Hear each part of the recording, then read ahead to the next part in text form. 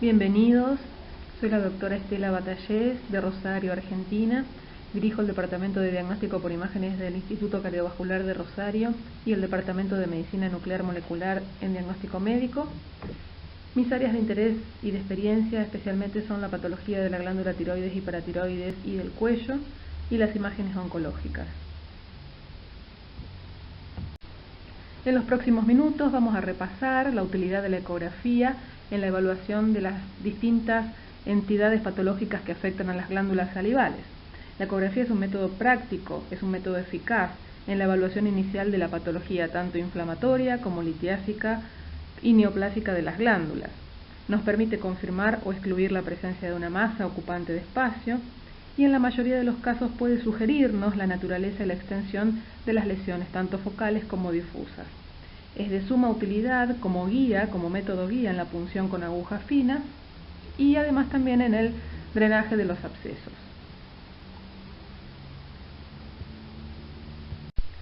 Antes de comenzar a repasar la anatomía de las glándulas salivales, vamos a decir que existen dos tipos de glándulas salivales. Las mayores, que son bilaterales, parótidas, sublinguales y submaxilares, y las menores, que están distribuidas por la cavidad oral y mucosa faríngea en número aproximado de 700 a 1000.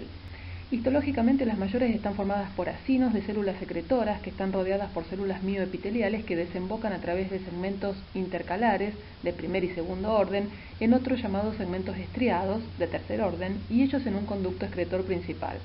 Por lo tanto, ecográficamente presentarán un aspecto homogéneo, con bordes bien definidos, hipoecogénicos respecto a la glándula tiroides, a la ecogenicidad de la glándula tiroides. En general no solemos observar los conductos excretores a menos que estos estén dilatados. Y en algunos pacientes, y dependiendo de la resolución del ecógrafo con el que contemos, podemos observar estructuras lineales hiperecogénicas relacionadas con vasos y nervios que atraviesan la glándula. Con respecto a la glándula parótida, esta glándula está situada en la fosa retromandibular, se encuentra limitada por arriba por el zigoma, por delante por el borde anterior de la mandíbula, posteriormente por el conducto auditivo externo y en su parte más caudal por el ángulo mandibular, vientre posterior del músculo digástrico, la apófisis mastoides y el músculo esternocleidomastoideo. Su secreción fundamentalmente, además de ser la principal de las glándulas salivales, es casi totalmente serosa y drena mediante el conducto de Stenone que parte desde la parte anterior de la glándula, cruza el músculo macetero y atraviesa el buccinador y la mucosa de la mejilla. Su orificio se encuentra frente al segundo molar superior. La glándula está envuelta por una pseudocápsula en cuya región más caudal aparece una serie de huecos por donde los tumores e inflamaciones pueden extenderse a la fosa pterigomaxilar o al espacio parafaríngeo. Dan así lugar a los llamados tumores iceberg, en los que en su superficie más craneal y externa solo aparece una parte relativamente pequeña del tumor. La irrigación de la glándula parótida está dada por las ramas de la arteria carótida externa, el drenaje venoso por la vena yugular externa y el drenaje linfático a través de la vía submandibular a los ganglios cervicales superiores profundos.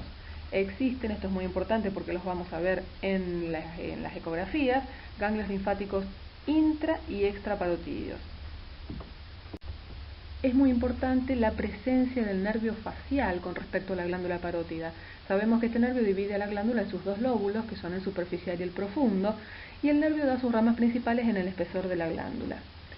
Es también importante tener en cuenta que el lóbulo profundo está ubicado en el espacio parafaríngeo del cuello. Por su parte, la glándula submandibular está ubicada en el triángulo submandibular, el cual está limitado por delante por el músculo digástrico, por detrás por el ligamento estilomandibular y por arriba por la mandíbula.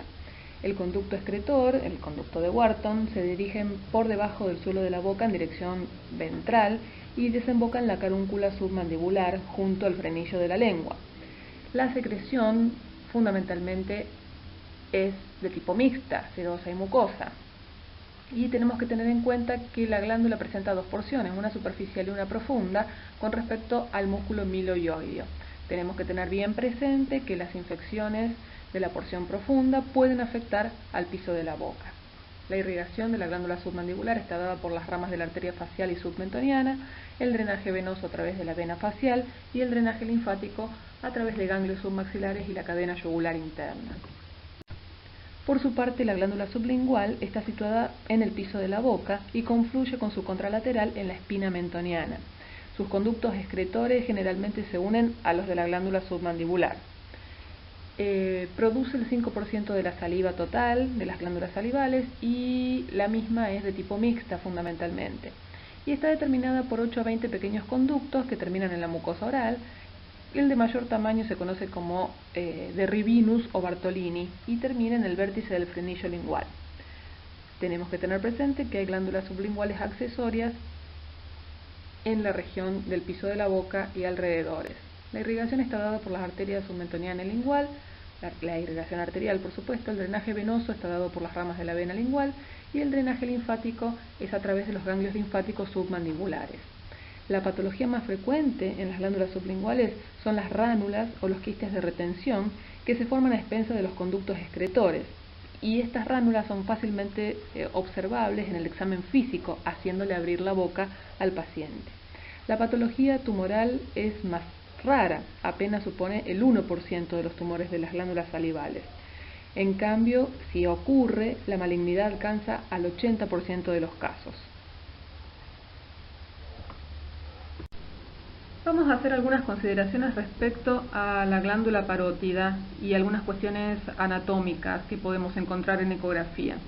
El nervio facial sabemos que emerge del cráneo por el foramen estilomastoideo, penetra en la celda parotidia por el triángulo retroestiloideo y va a dar 3 ramas pequeñas, auricular, lingual y el nervio estiloioideo. Atraviesa la glándula en dirección oblicua, hacia afuera, hacia adelante y hacia abajo, y al llegar por fuera de la vena yugular externa se divide en 2 ramas terminales, la temporofacial y la cervicofacial.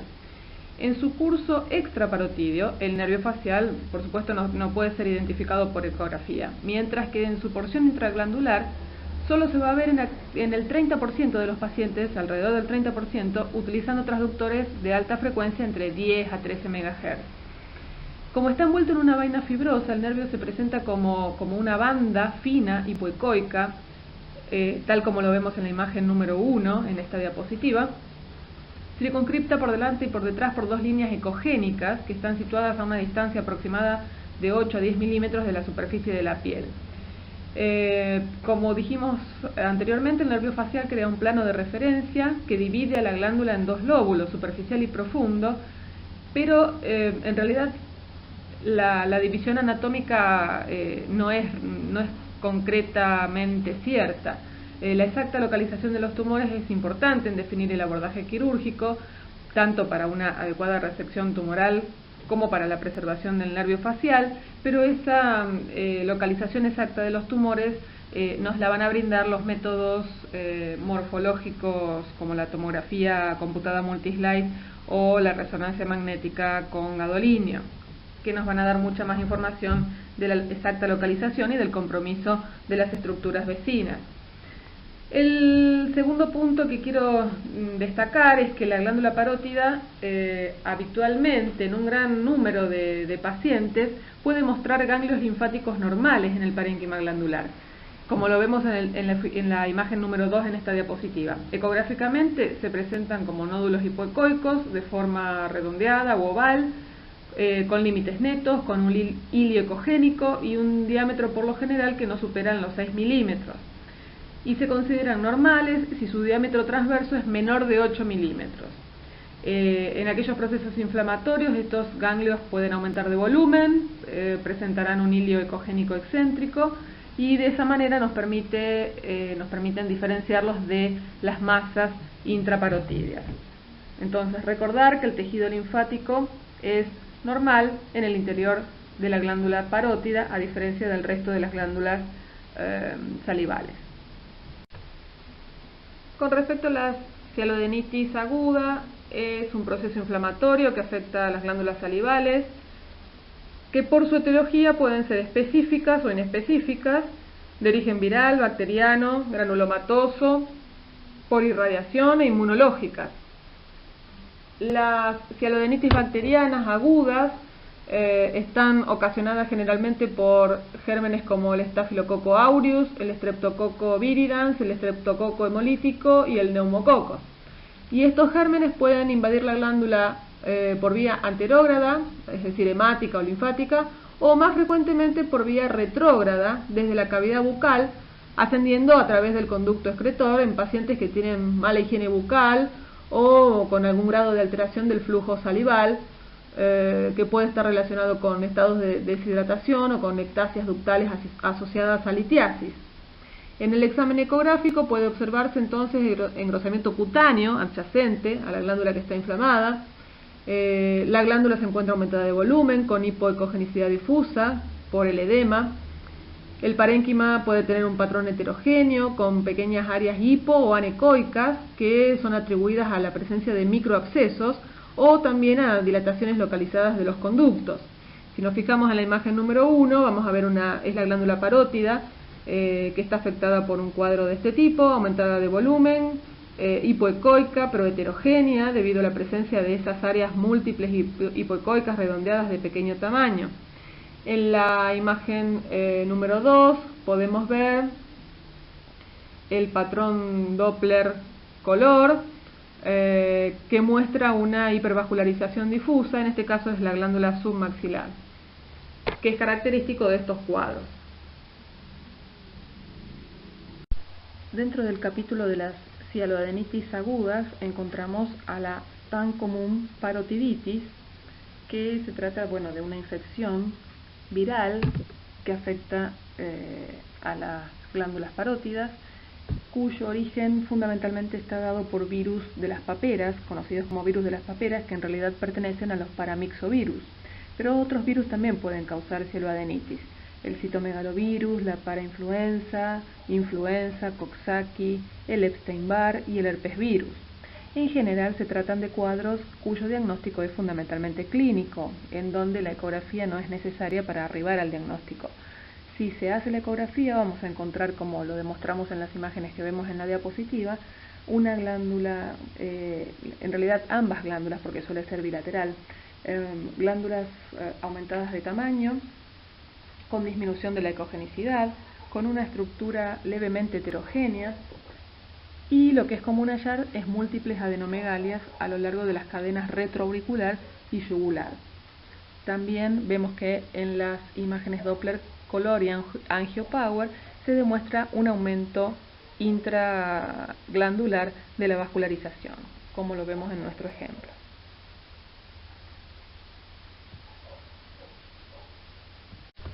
Con respecto a la cialodenitis supurada, se trata de una infección bacteriana con un cuadro clínico evidente que comienza generalmente de manera súbita.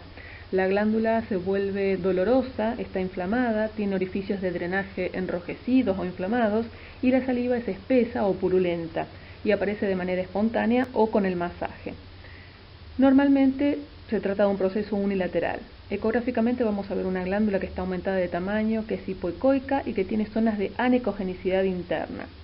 La cialodenitis supurada, también una variante de la misma, es la supurada localizada aguda que evoluciona hacia el absceso, y ecográficamente entonces, en este caso, cuando evoluciona hacia el absceso, la vamos a observar como que la glándula está ocupada por un contenido líquido, de ecogenicidad líquida pero densa, lo que produce una imagen heterogénea con una gran zona hipoecoica y múltiples ecos en su interior.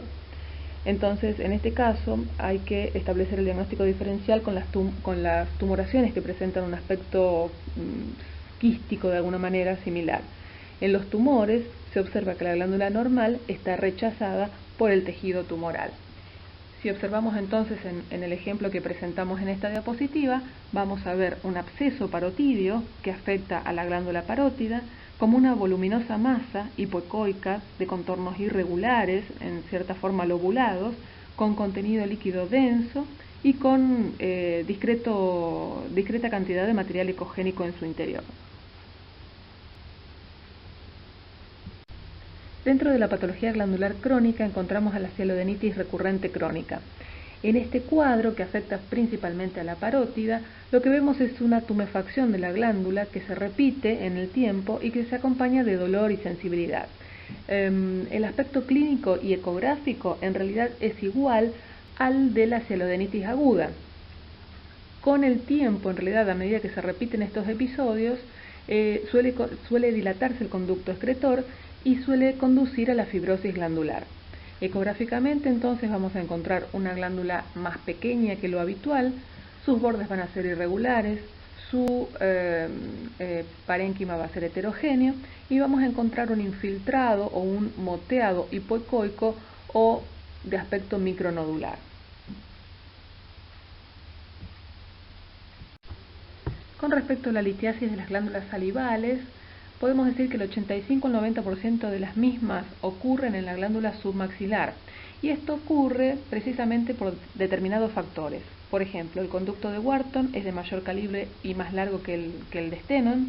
La saliva circula en contra de la fuerza de la gravedad, en el caso de la glándula submaxilar. La secreción submaxilar es más alcalina y la saliva submandibular es más rica en mucina, mientras que la de la parótida es más cerosa. Los síntomas entonces van a depender del tamaño del cálculo y del sitio de localización y del grado de obstrucción del flujo salival. El aspecto ecográfico típico es el de una glándula aumentada de tamaño, normalmente poco homogénea, ligeramente más hipoecogénica que su contralateral, con dilatación del conducto excretor y de los conductos segmentarios. En la diapositiva podemos observar dos ejemplos. En la imagen número 1 vemos las puntas de flecha verde que demuestran la formación ecorrefringente que provoca sombra sónica posterior de tamaño considerable, mientras que la flecha amarilla demuestra el conducto de Wharton dilatado como una estructura tubular hipoecoica. Recordemos que las litiasis, si son menores a 2 milímetros de diámetro, pueden no provocar sombra sónica posterior.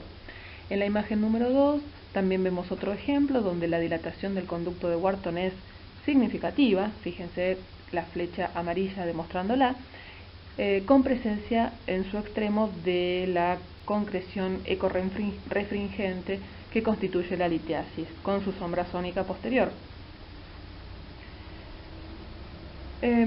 Debemos saber que aproximadamente el 80% de los cálculos submandibulares y el 60% de los parotidios son radioopacos, porque su constituyente básico es el carbonato de calcio o el fosfato de calcio. Entonces estos pueden ser detectados mediante radiografías simples. Pero el examen ecográfico tiene la capacidad de identificar y de localizar correctamente estas litiasis, si la localización es intraductal versus intraglandular, tanto en los cálculos radioopacos como en los radiolúcidos, con una sensibilidad mayor al 90%, una especificidad cercana al 100% y una exactitud diagnóstica del 96%. Debemos recordar entonces que la cialolitiasis ocurre más frecuentemente en las glándulas submaxilares, en un 80-85%, decíamos al principio de esta diapositiva, luego en las parótidas, alrededor de un 10 a 15%, y por último en las sublinguales, con una frecuencia de ocurrencia entre el 2 al 4%. Vamos a dedicarle unas palabras al síndrome de Sjögren. El síndrome de Sjögren es un proceso inflamatorio crónico autoinmune que se caracteriza por alteraciones multisistémicas y que está definido por una tríada clásica que consiste en queratoconjuntivitis seca, serostomía y enfermedad reumática, principalmente arteritis reumatoide. Existen dos formas de síndrome de Sjögren, primario y secundario, según esté o no asociado a la enfermedad reumática. Cuando están afectadas las glándulas salivales y lagrimales, en realidad también se lo considera síndrome de Sjögren primario. El compromiso de las glándulas salivales y lagrimales es un componente constante de la enfermedad y ocasiona serostomía y serostalmía. Este síndrome afecta al 3% de la población, en su gran mayoría mujeres, 90% de las mujeres entre la tercera y la cuarta década de la vida, aunque en realidad pueden aparecer a cualquier edad. Evoluciona lentamente y generalmente el tiempo de evolución es 10 años entre la aparición de los primeros síntomas y el desarrollo completo del síndrome. La etiología todavía hoy en día es desconocida, es probable que el desencadenante de la enfermedad sea una infección vírica, pero hasta el momento no se ha demostrado. Con respecto a la ecografía, los hallazgos ecográficos generalmente son bilaterales cuando afectan a las glándulas y varían de acuerdo a la evolución del síndrome. En los primeros estadios, las glándulas salivales pueden ser totalmente normales o mostrar un aumento de volumen difuso con ecogenicidad parenquimatosa homogénea.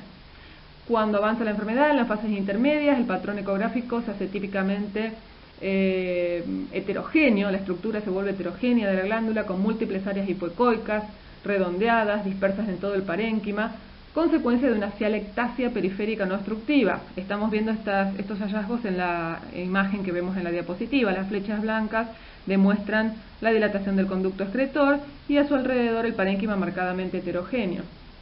En los estadios más avanzados el aspecto heterogéneo es más evidente, aparece la fibrosis intraparenquimatosa difusa y consecuentemente la glándula se atrofia, por lo tanto va a estar disminuida de volumen e hipoecoica. La heterogenicidad parenquimatosa puede decirse que es la alteración estructural más importante en el síndrome y se ha sugerido una diferenciación en 3 grados, leve, evidente y marcada. Pero también hay una clasificación ecográfica en diferentes grados que habla del compromiso glandular en los diferentes estadios de la enfermedad y van desde un grado 0, sin alteraciones de la glándula, pasando por un grado 1, donde hay algunos quistes con diámetro inferior a 2 milímetros y mínima heterogeneidad parenquimatosa, siguiendo con un grado 2, donde hay múltiples quistes con distribución difusa, con un diámetro superior a 2 milímetros que determinan un aspecto microareolar, siguiendo con un grado 3 que se caracteriza por la presencia de grandes quistes confluyentes, con septos, que se consideran verdaderas masas complejas y donde la estructura es marcadamente heterogénea. Por último, el grado 4 consiste en la desaparición del parénquima con atrofia glandular y contornos glandulares irregulares. El examen Doppler color también nos puede ayudar, demostrando hipervascularización de la glándula en las fases iniciales e intermedias del síndrome, y este patrón de hipervascularización a veces se ha denominado infierno parotídeo, porque muchas veces es similar al descrito en la enfermedad de Graves o en la tiroiditis de Hashimoto. Sin embargo, debe tenerse en cuenta que los individuos con síndrome de Sjögren comprobado en fase inicial precoz pueden no presentar alteraciones del flujo en el estudio Doppler color, además con un patrón ecográfico totalmente normal. Vamos a referirnos unas palabras a los tumores de las glándulas salivales. Como vemos en este gráfico, el 75% asientan en la parótida, el 15% en la glándula submaxilar y el 10% en las glándulas sublinguales accesorias. Si vemos la proporción entre los tumores benignos y malignos en la parótida, en la submaxilar y en las sublinguales, vamos a ver que en la parótida y en la submaxilar los que predominan son los tumores de estirpe benigna, mientras que los más frecuentes en las glándulas accesorias sublinguales son de estirpe maligna. Por lo tanto, en la parótida vamos a encontrar 80% de tumores benignos, la mayor cantidad correspondientes a los adenomas pleomorfos y 20% de tumores malignos. En la submaxilar 60% de los tumores van a ser benignos, en el 95% se va a tratar de adenomas pleomorfos y en el 40% van a ser tumores malignos. Y esta proporción cambia entonces en las glándulas sublinguales, donde el 60% van a ser tumores malignos, mientras que la menor proporción va a corresponder a los adenomas pleomorfos. Repasemos entonces la clasificación de los tumores de las glándulas salivales de acuerdo a su estirpe histológica. Vamos a encontrar que los tumores pueden ser de origen epitelial, pueden ser tumores no epiteliales, pueden ser tumores no clasificados o pueden ser lesiones afines. Dentro de los tumores epiteliales vamos a encontrar a los adenomas, al tumor mucoepidermoide de baja malignidad, al tumor de células acinosas de baja malignidad y a los carcinomas.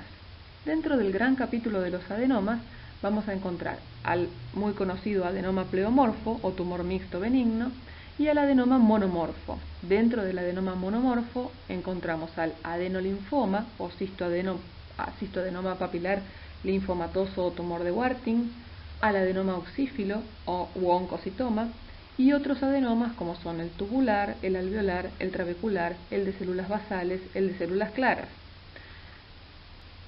Dentro de los carcinomas encontramos a los carcinomas adenoquísticos o cilindromas de baja malignidad, al adenocarcinoma, que tiene alta malignidad, al carcinoma epidermoide, al carcinoma indiferenciado y al carcinoma en un adenoma pleomorfo o tumor mixto maligno. Dentro de los tumores no epiteliales encontramos a los hemangiomas, a los linfangiomas, a los lipomas y a los neurinomas. Y dentro de las lesiones afines hallamos a la lesión linfoepitelial benigna o tumor de Godwin, a la cialosis y a la oncocitosis. Como vemos, la clasificación y las posibilidades de aparición de tumores de diferentes estirpes celulares es muy amplia en las glándulas salivales.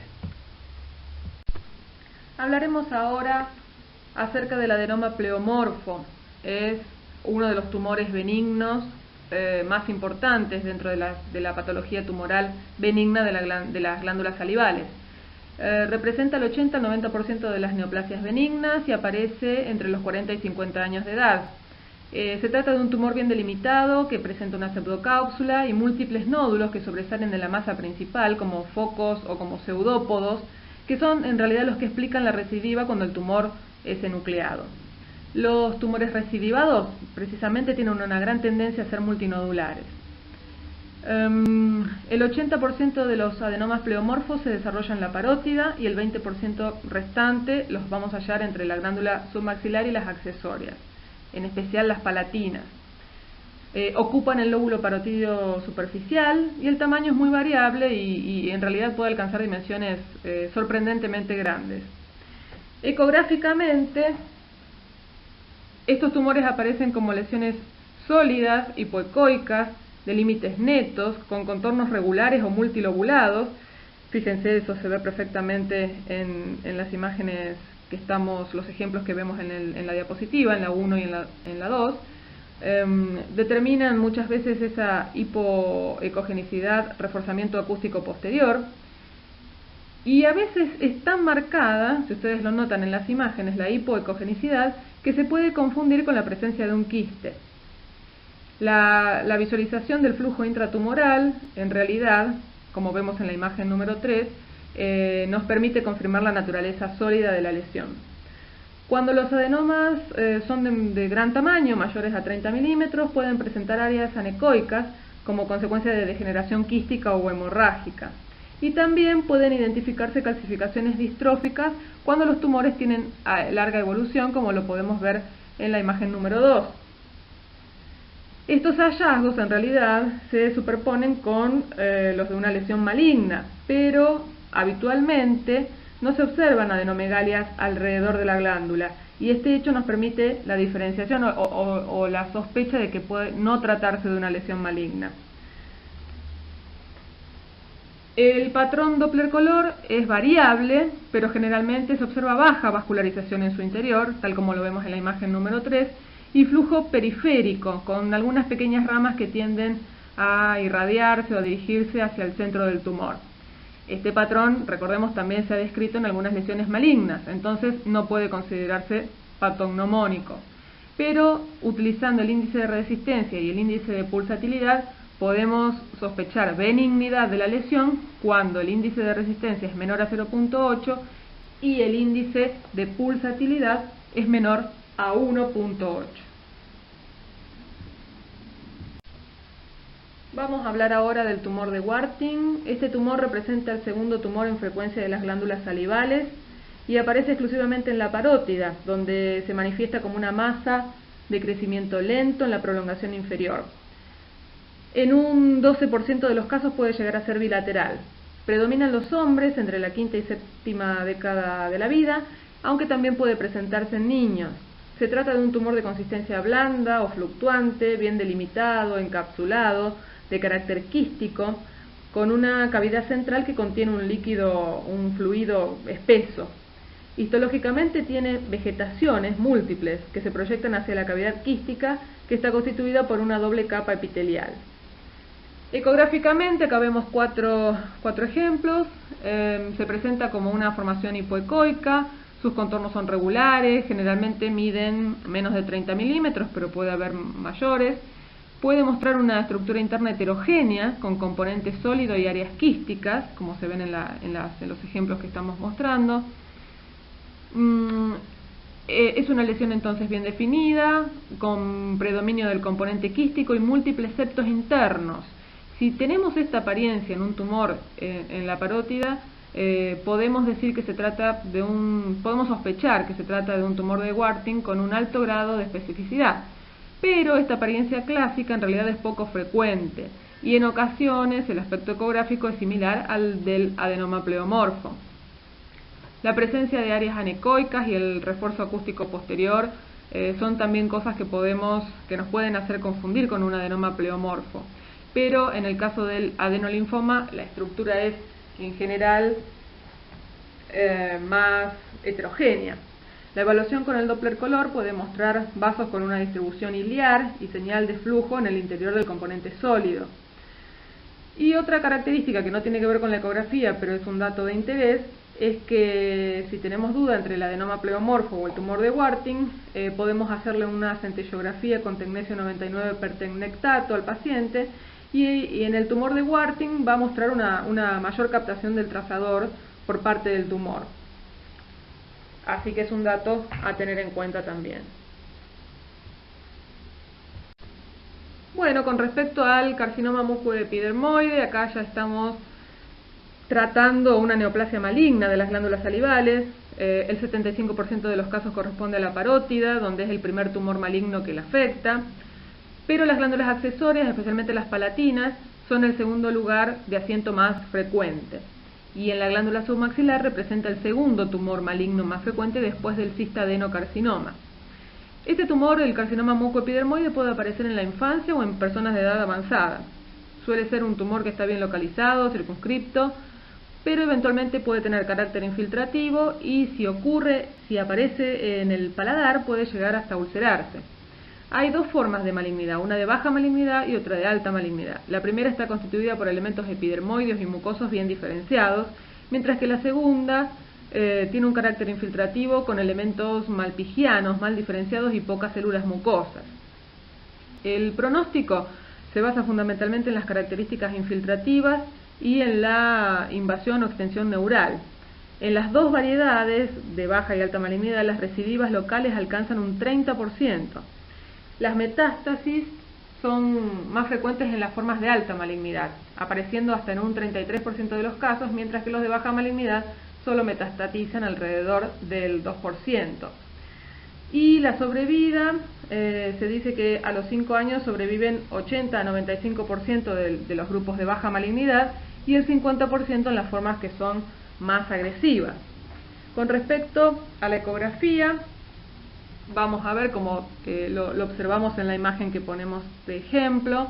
Estos tumores presentan un aspecto sólido, heterogéneo, con o sin componente quístico, pero la característica ecográfica va a depender fundamentalmente del grado histológico del tumor.